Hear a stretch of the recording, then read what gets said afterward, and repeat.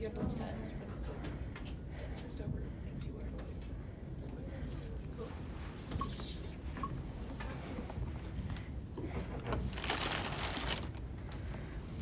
Okay. Yeah, anytime that I'm in a rush, now the iPad is acting out. It doesn't rotate, it doesn't connect. So anyway, now we're good. I have this.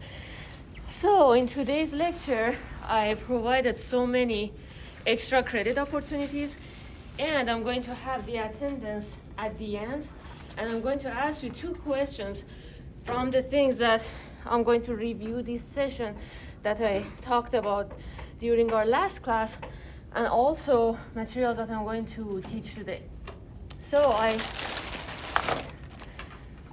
encourage you to participate because these are 3 points.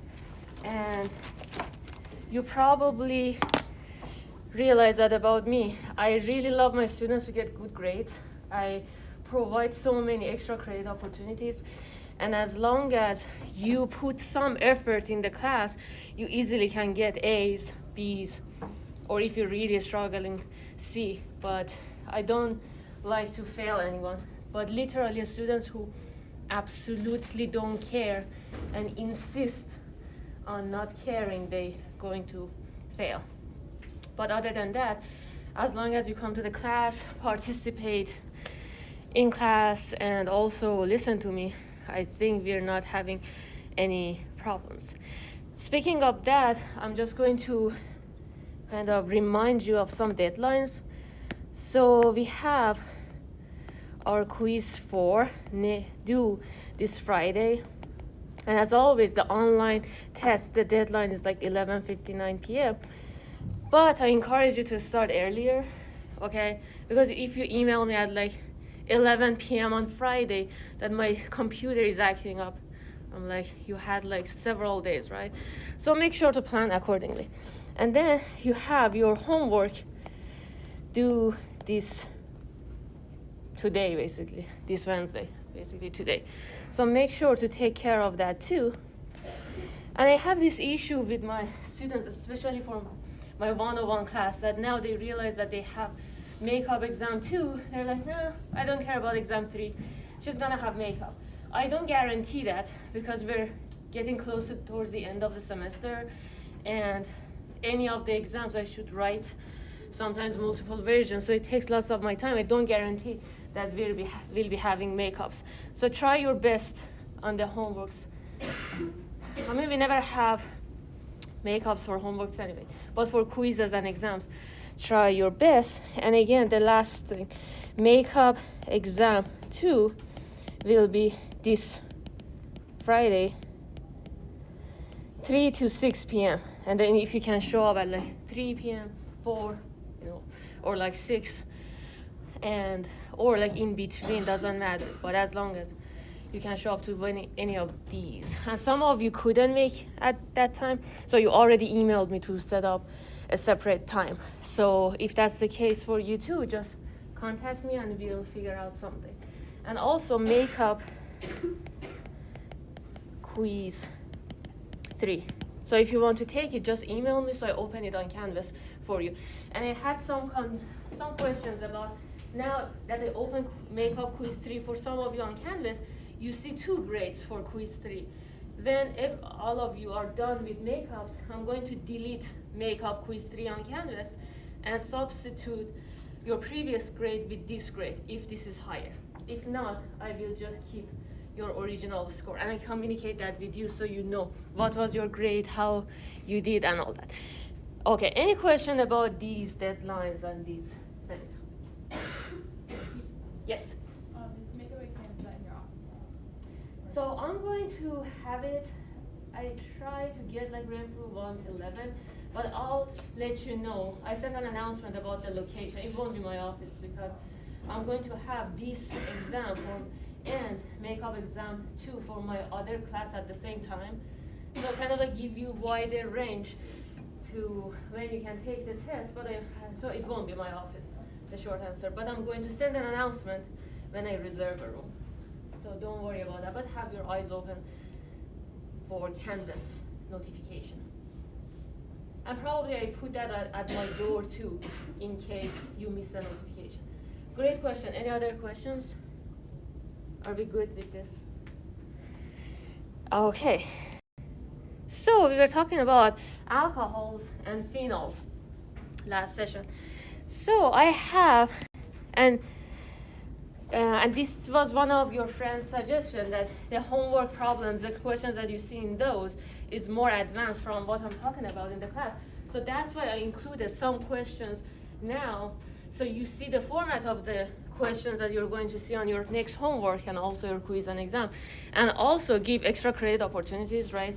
And as I mentioned several times, you don't have to answer the question correctly, as long as you volunteer and put some thought. Give me or tell me your thought process, and I see that you care, I give you the extra credit, So don't worry about that. So before I show you the next question, and I'm trying, when I go to each slide, don't go back and forth, because I know when I record it, how this software, Explain Everything software, works with PowerPoint. It breaks down what I'm talking with each slide.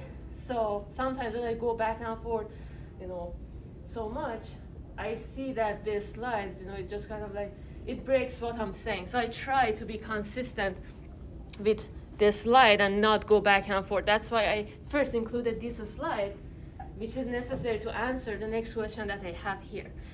So I also have the slide here. Based on that, can anyone tell me what are primary, secondary, tertiary alcohols? So I give you a structure in exam, and I have an example in the next slide. And I will ask you what type of alcohol this is. And I ask you basically that. So how would you say?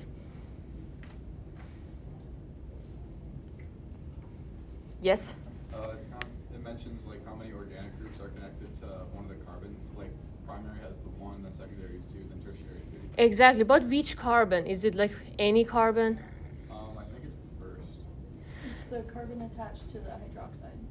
Exactly. So basically what your two friends said is equivalent, right? So if you name your carbon, you name it somehow that you reach the OH sooner. So in this case, because we have only one carbon, it would be first carbon.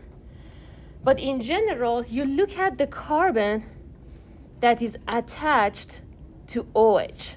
And myself always write the expanded structural formula so I don't get confused. So here we have CH2OH. So CH2OH, and then here I have an R group, right? So you look at, first of all, you distinguish where is your OH group, and you recognize the carbon that is attached to that OH, okay? And then see how many groups, and as we said, we don't consider hydrogens as groups. How many non-hydrogens, in a sense, how many R groups are attached to this carbon, okay? So if it's 1, we call that primary. If it's 2, we call that secondary. If it's 3, we call that tertiary. Any questions about this? Is that clear? Okay. Now, this is one question that you will see in your next homework. I say which of the following is a secondary alcohol, and I'm going to write A, B, C, D, E here.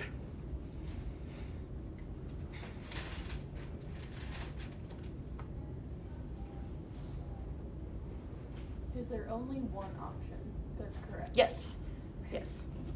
So if it's not, I will tell you, like, now I name this A, B, C, D, but for instance, if there are like multiple bonds, what I do is that I write like 1, 2, 3, 4, 5, and I say A is like 1 and 2, B is like 1 and, you know what I mean? Mm-hmm. So I change the structure somehow that you can answer it. Yes? Would it be that C is the secondary one? So why C? because the carbon that's attached to the hydroxide only has 2 other carbons attached to it. Uh-huh. Yes. So what about this one? What type is this one? Primary. Right? So if you write the structure, and I think it's a good practice, especially at the beginning, to write the structure, right? So you see the carbon, right, that is attached to OH. So how many non-hydrogens is attached to? So in this case, it's just attached to this CH3. Can everyone see that? Or like here, what about this one? So here I have like this. I keep doing that.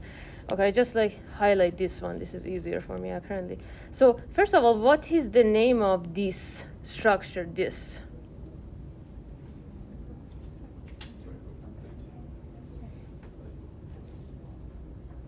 So say it again. Cyclopentane. So let's write the structure. So put the carbons and then put hydrogens. So how many hydrogens here? How many here? How many here? Here. How many here? 1, right? So what would be, just I'm asking this structure right here to be clear. So it's 5 carbons. How many hydrogens? How many? 9, right? Okay, so what do we call this compound? So it's just C5H9.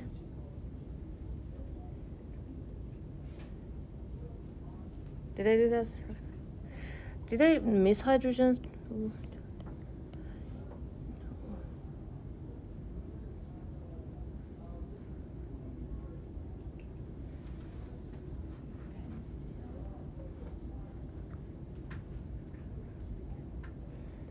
Huh.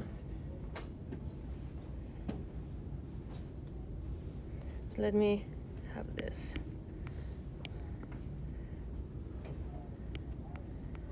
Okay. So here I have 2, here I have 2, here I have 2, 2, I have 2.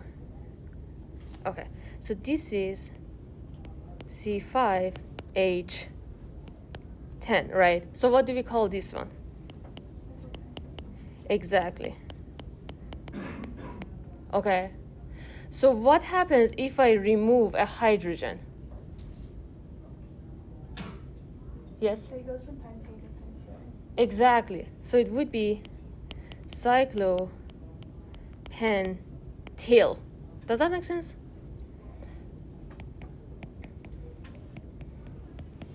Pentyl. Yeah. At first I was just like, I was thinking I should have like, because it's pentane, I should have like C5H12, but because we have like cycloalkane, we don't have to have 12 hydrogens to have cyclopentane, remember? So if you remove 1 hydrogen from cyclopentane, you will be having cyclopentyl. And we use this when we want to name the compounds, that I have some examples in the next slide. Okay, regardless to this carbon that is attached, and if I want to just write the structure of that, it would be CH2OH, right? The carbon that is attached to this OH is attached to this cyclopentyl. So it's just like we consider that 1R. Does that make sense? But here, this carbon that is attached to this OH is attached to 2 different carbons. And as I said, you can just count anything that is not hydrogen as 1R and don't worry about the rest. And here, again, this carbon that is attached to this OH is attached to just 1 other R, right? So that's why this is again primary. And what about this one? So we have like C, CH3, CH3, CH3, OH. So again, you should recognize the OH group and the carbon that is attached to that OH. How many other groups is attached to? 3, right? 3 methyls. Tertiary, right? Yes. So So for the one before this tertiary one, Uh-huh. wouldn't it also be tertiary? Because where the main carbon is, there's a Exactly, you're methyl exactly groups. right. Yes, exactly. Okay. Yes, great point. Yeah, I wasn't paying attention to the other two groups. Yes, this is also tertiary. Yes, thank you. So this is tertiary, this is tertiary, this is secondary, and this is primary. So if you learn this, what I do in the exam, I may give you this and I say what type is this one or which one is a primary. You know, as long as you learn this question well, you'll do well. Okay? Any question?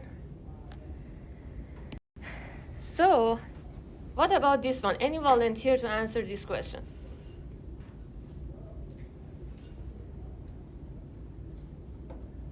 Any? And as I said, you don't have to answer correctly. Yes? Yeah. Okay? So 3-pentyne, that means there's going to be a triple bond on the third carbon. Uh-huh. So that rules out, I think, all but the first one. So how do you name the carbons here? What is, would you go left to right or right to left or left to right? Right to left. Why? Because you have to start with the hydroxide. Exactly. You want to start naming the carbon that is closest to hydroxide. Exactly. So how do you, so you name this 1, 2, 3, 4, 5. Never mind. Okay, so what would be the name of this one? This one would be 2-pentyne 1 off. Exactly. Okay. And don't worry about the answer. I wrote that in the next slide. What about the Yeah. second one? Is that the answer? No, it is also 2-pentyne. So how would you name this one, first of all? So if I have this, so where do you start? Or how do you name this? Right to left or left to right? I feel like the last carbon on the right would be a methyl group, Okay. possibly, and you would start with the second carbon there, and then it would be 1, 2, 3, 4. But would you just start with the last carbon because you want to include all of them? So why wouldn't you start here? Well, because you want to start with the one that's closest to the hydroxide. We want to have the longest chain, but Right. we want to encounter OH sooner. Okay. Right. That makes sense. Yeah. So if we go with that rule, should I go this way or that way? Right. So left. Exactly, right? Because if I go this way, like, would be 1, 2, 3, 4. But if I go right to left, it would be 1, 2. Okay? Yeah. So that's why I named this 1, 2, 3, 4, 5. Yep. So then that would be wrong because the hydroxide's on 2 and not 1. Exactly. On 1. So here tells you where I guess your OH is, right? So I want that to be 1. What about the next one? It is the next one. Okay, so how would you say that? So that's the first carbon. We're going to go right to left. The hydroxide is on the first carbon, and your triple bond starts at carbon number 3. Exactly. So that would be 3-pentyne 1 ol. Does that make sense to everyone? Any questions? Any volunteer to name this one?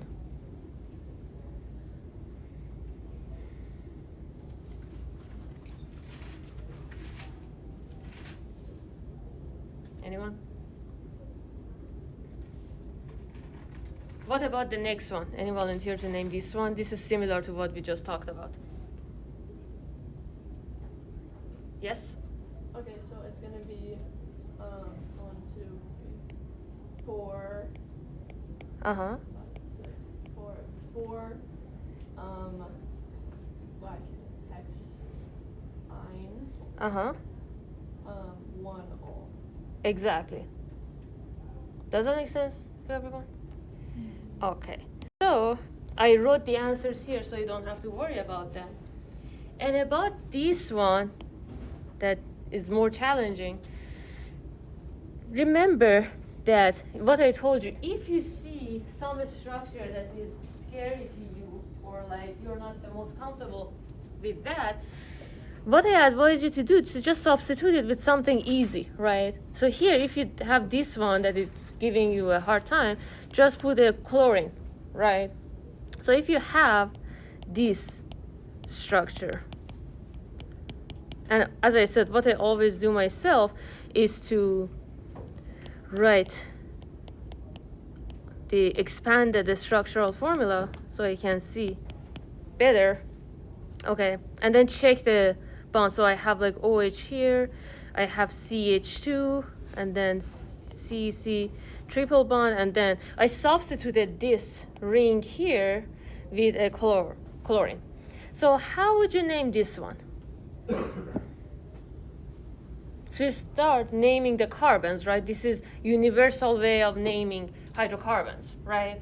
You want the longest chain, and in this case, you have just like 3 carbons, right? So should I name them right to left or left to right? Right to left, right? I want to encounter, the OH soonest. Okay, so 1, 2, 3. So what would be the name of a hydrocarbon that has 3 carbons in the main chain and it has a triple bond? What is the base name of it? Propane, right? But in this case, what is,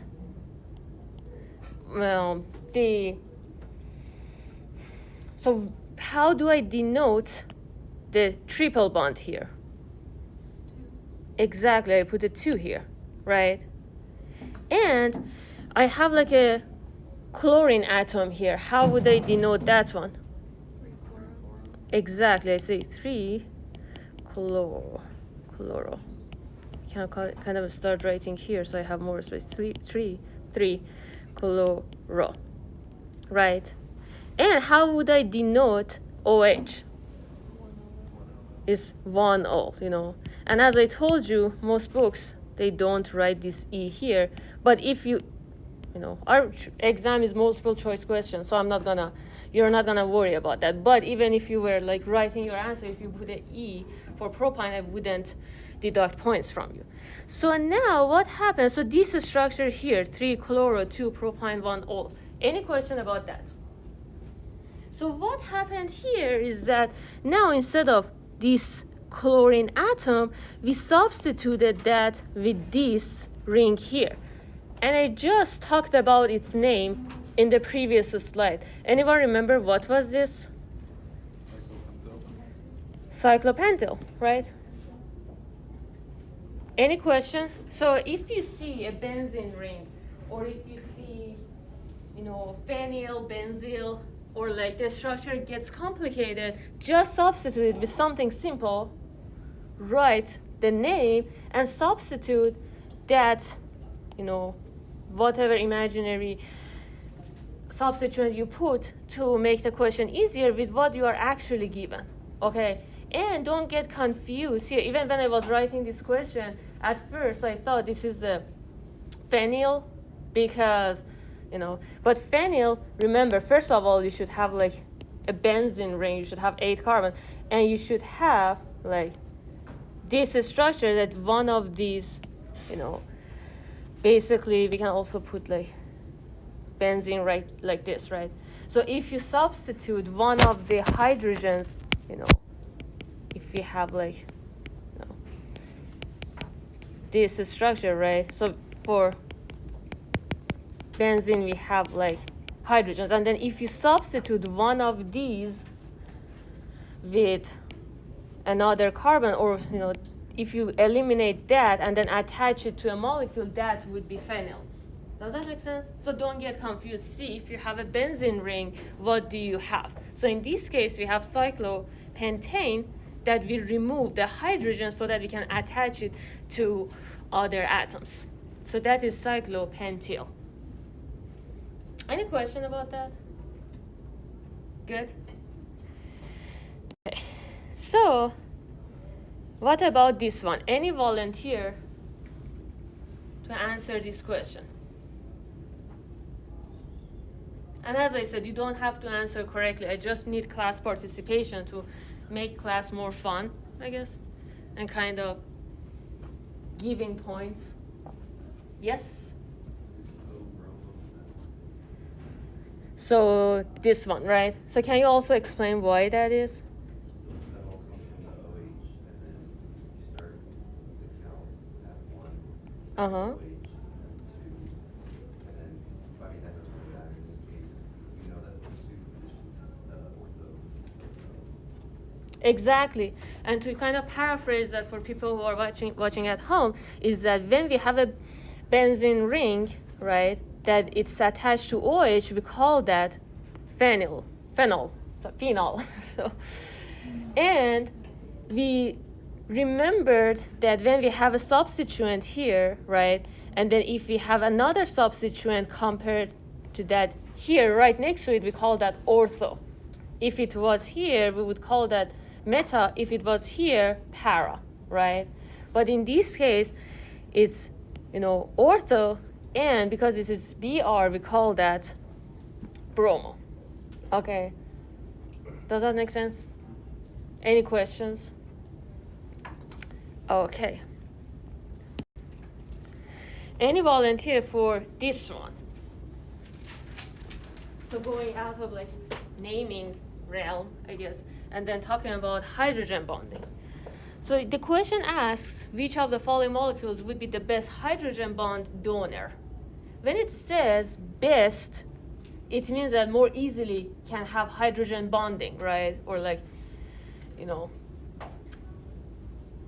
if we have like two molecules that they want to have hydrogen bonding, the molecule would be the best hydrogen bond donor if it has like a stronger hydrogen bonds between the molecules, right?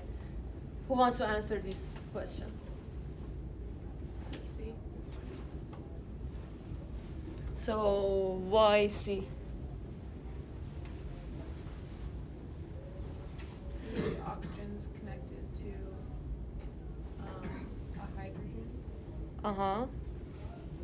and I feel like it would be easier for that oxygen, or like it to be able to connect with another molecule or another hydrogen or more.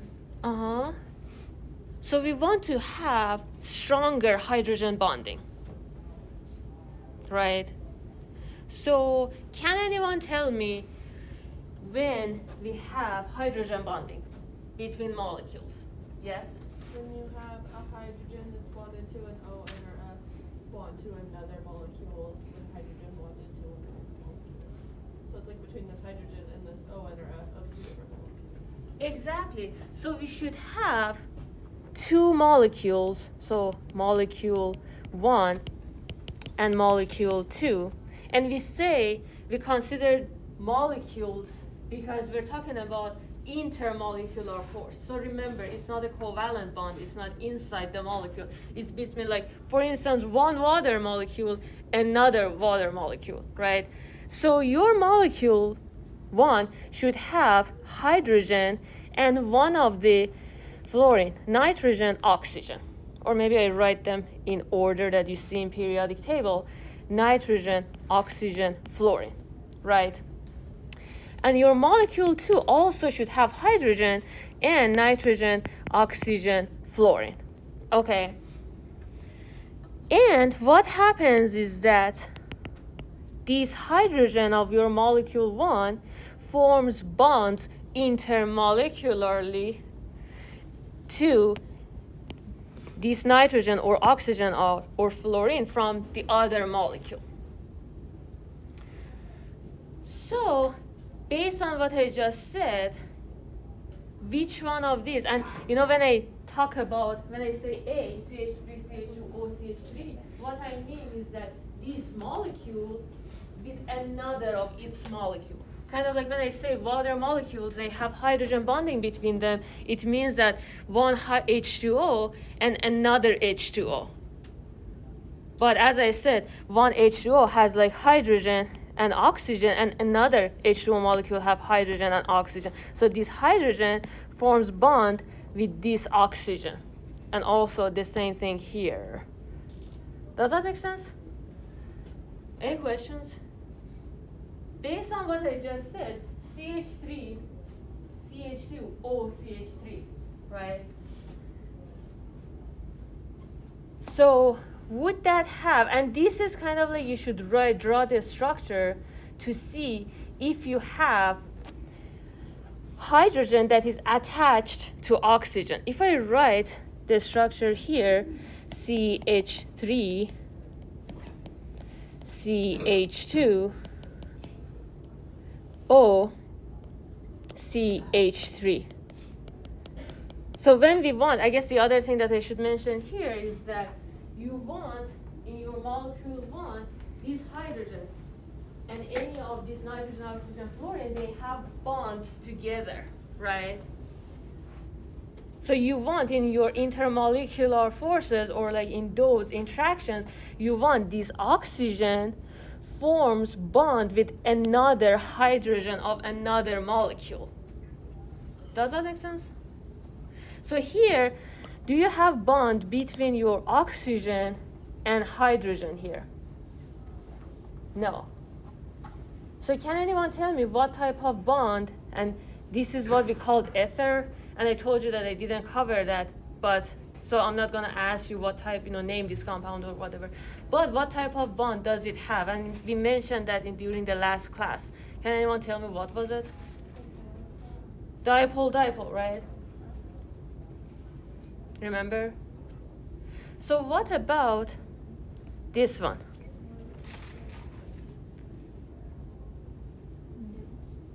So if we have this structure here, CH3, CN. Okay. So we have this nitrogen here, right? And then can it bond with another hydrogen with another molecule?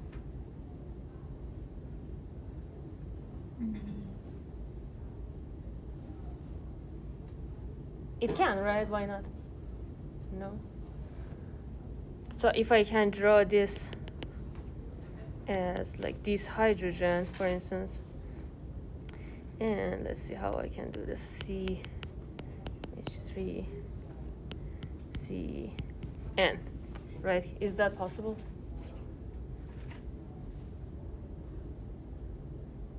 Why not? Well, doesn't the nitrogen have to be attached to like either a fluorine or an oxygen?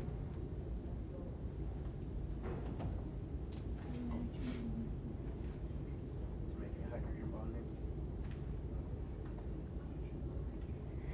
So Shouldn't the nitrogen have a hydrogen attached to it to be able to create the like semi-partial charge, which helps with the hydrogen bonding? So that's a great point.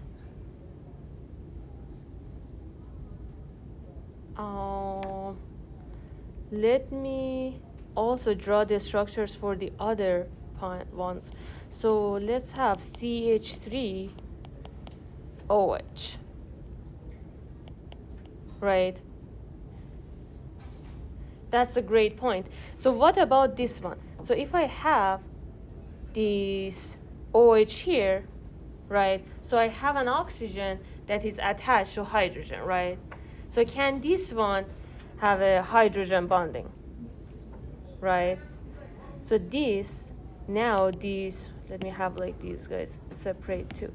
So if I have these, if I denote it like this, now this hydrogen bonds to these oxygen here, for instance, right?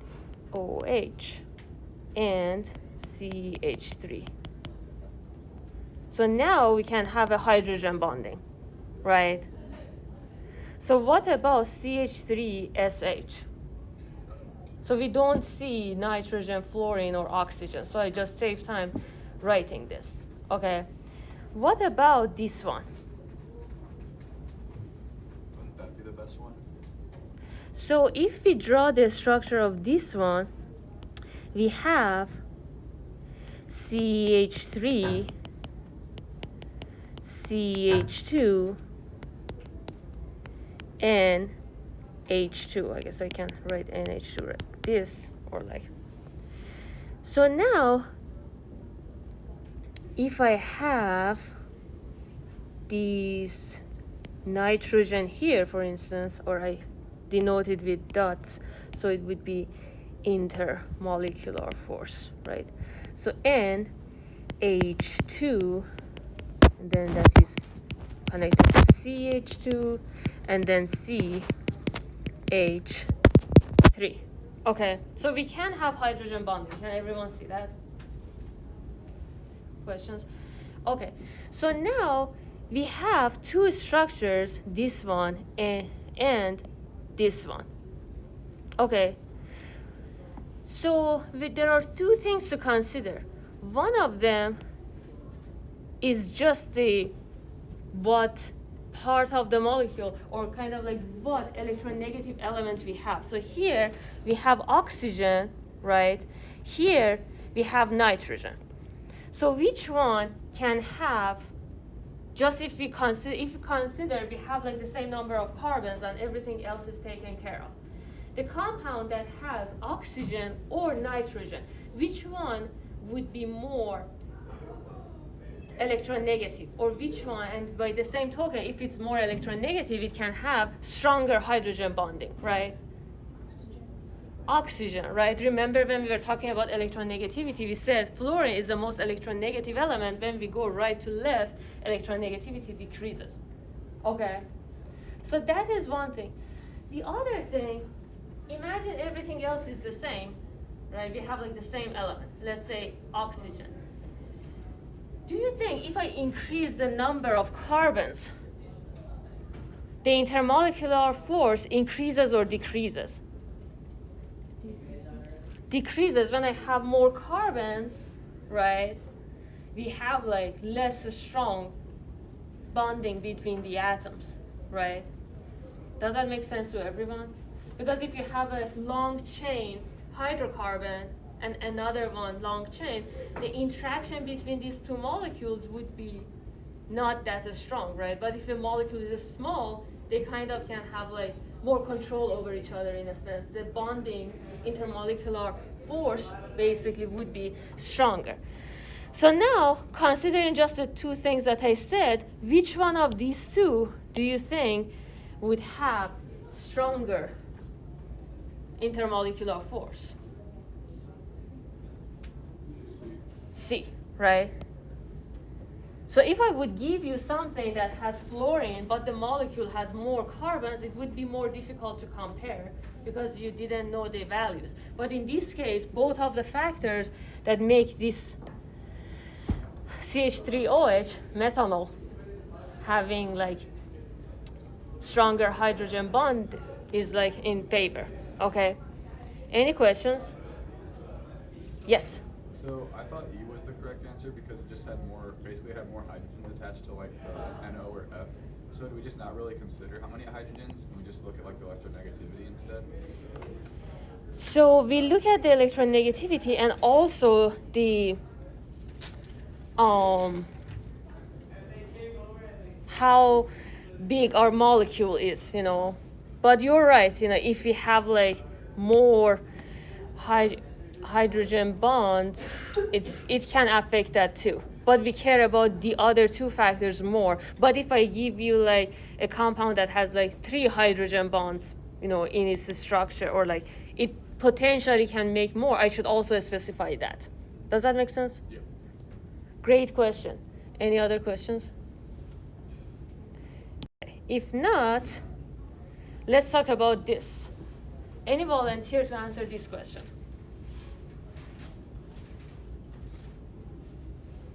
Anyone? So which of the following molecules have the highest boiling point? So how did you say that? Because alcohols have the highest boiling point compared to any other hydrocarbons. Exactly, because they have hydrogen bonds between them, right?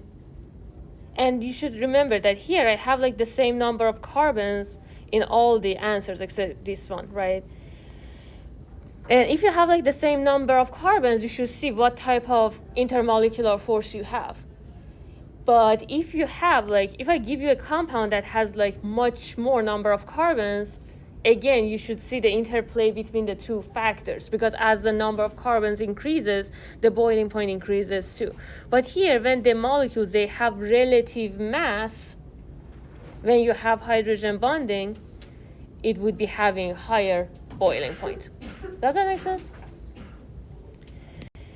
Okay, so let me just skip this question and finish what I'm talking about, because I want to have some time at the end of the class. So I'm going to start, and I wanted to kind of finish acidity and basicity. At this point, it's like a joke. But in my 101 class, when I was talking about acids and bases, I was telling them, and I'm telling them, anything that has H in their structure, they are acid. Anything that they have OH in their structure, they are base. So that is really elementary way of talking about acids and bases, because if you just learn a little chemistry, you realize there are compounds that they don't have hydrogen in their structures, but they are acids. Or there are compounds that they don't have OH necessarily, they are bases. So here in your book, and also in scientific community, we have two different definitions of acids and bases that I'm going to talk about now. So one is Bronsted-Lowry acid. And based on this definition, anything that can donate proton, we call an acid. And can anyone tell me what is proton? What do I mean when I say proton? Hydrogen. Exactly, it's H plus. A hydrogen that has lost its electron, we call that proton. Okay. So by that definition, can anyone tell me why HCl is an acid? As I said to my other students, I say anything that has hydrogen is an acid. But now, based on this definition, why HCl is an acid? It's donating its proton to the chlorine. Exactly. We can, if HCl dissolves in water, we have H plus aqueous, basically dissolved in water, plus Cl minus aqueous, right? And it can donate its proton. So that's why it's an acid. And base is the opposite. Bronsted-Lowry base is a proton acceptor. Okay? And usually when we write the reactions, we have like this acid plus this base. And if you have like here H plus Cl minus, both aqueous, and then you have H2O, water. Okay? So here, and then water is liquid. So here, this proton goes to H2O. It would be H3O plus aqueous plus Cl minus aqueous. Can everyone see that? So we call H3O plus conjugate acid of water. So anything that was base here, when we write at the other side of the equation and we add the hydrogen or proton to that, we call that conjugate acid. And here that we had the acid, when the acid loses the proton, we call that conjugate base. Okay. Because now this Cl minus, right, it can accept proton, right?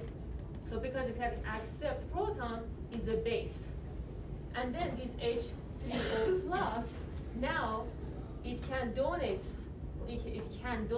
this proton So that's why it would be an acid based on the definition that we have. Does that make sense to everyone? Any questions?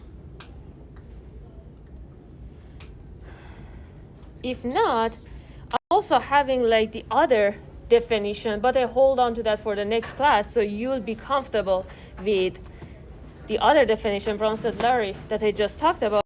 So I have this.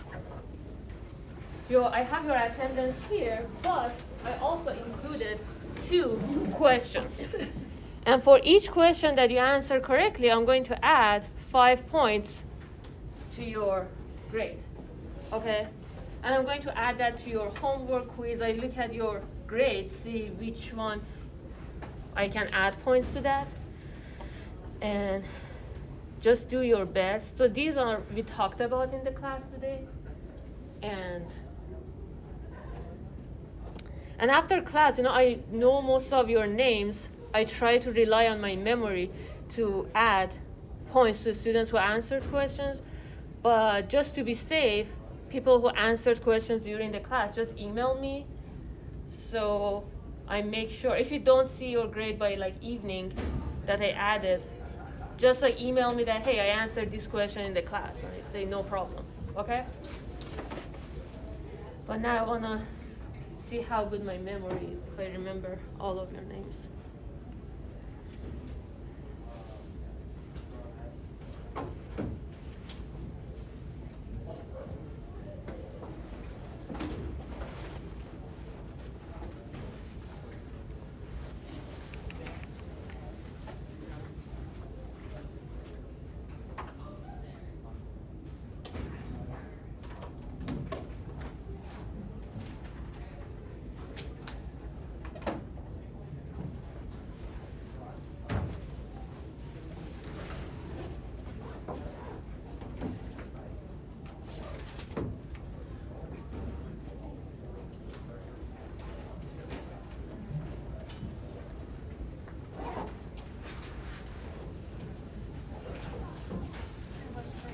Yes.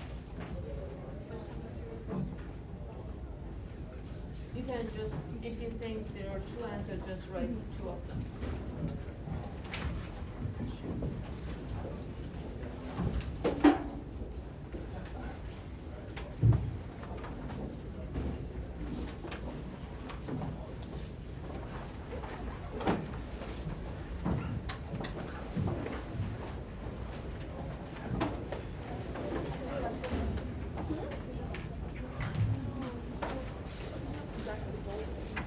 Thanks. I'm gonna go watch videos about nitrogen fixation. Sounds like an extra talk. No, I totally get that.